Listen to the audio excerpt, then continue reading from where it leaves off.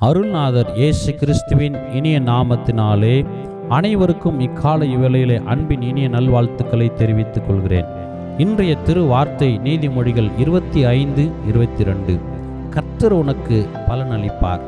அருமையானவர்களே, கர்த்தர் நம்முடைய செய்கைகளுக்கு தக்கதாக பலனளிக்கிறவராக இருக்கிறார். சிலர் கூறுவதை நான் கேட்டிருக்கிறேன்.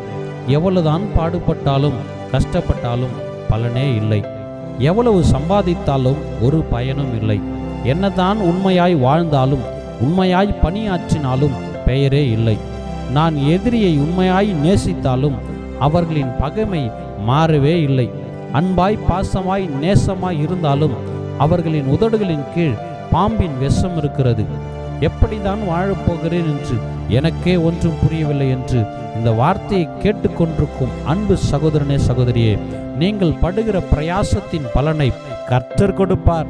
உங்கள் உண்மையை பார்த்து கர்த்தர் உயர்த்துவார். நீங்கள் நேசிக்கிற மனிதர்கள் உங்களை பகைத்தாலும் தொடர்ந்து அன்பு செலுத்துங்கள், கர்த்தர் அதற்கான பலனை தருவார். யார் பகைக்கிறார்கள், யார் பார்க்கிறார்கள், யார் பார்க்கவில்லை என்று நினையாதே. கர்த்தர் எல்லாவற்றையும் பார்த்து கொண்டிருக்கிறார். உங்கள் பிரயாசத்தின் பலனை 100 மடங்கு பெருக செய்வார். படுகிற பிரயாசத்தின் பலனை கர்த்தர் நிச்சயம் தருவார். மனிதர்கள் நம்மை ஆசீர்வதிக்க முடியாது. நம்மை வானத்தையும் பூமியை உண்டாக்கின கர்த்தர் தான் ஆசீர்வதிக்க வேண்டும். இயேசுவை நம்பு, அவர்தான் எல்லாவற்றுக்கான பலனை அளிப்பவர். அவர் நம்மோடு இருந்தால் போதும். அவர் நம்முடைய வாழ்விலே போதுமானவராக இருக்கிறார்.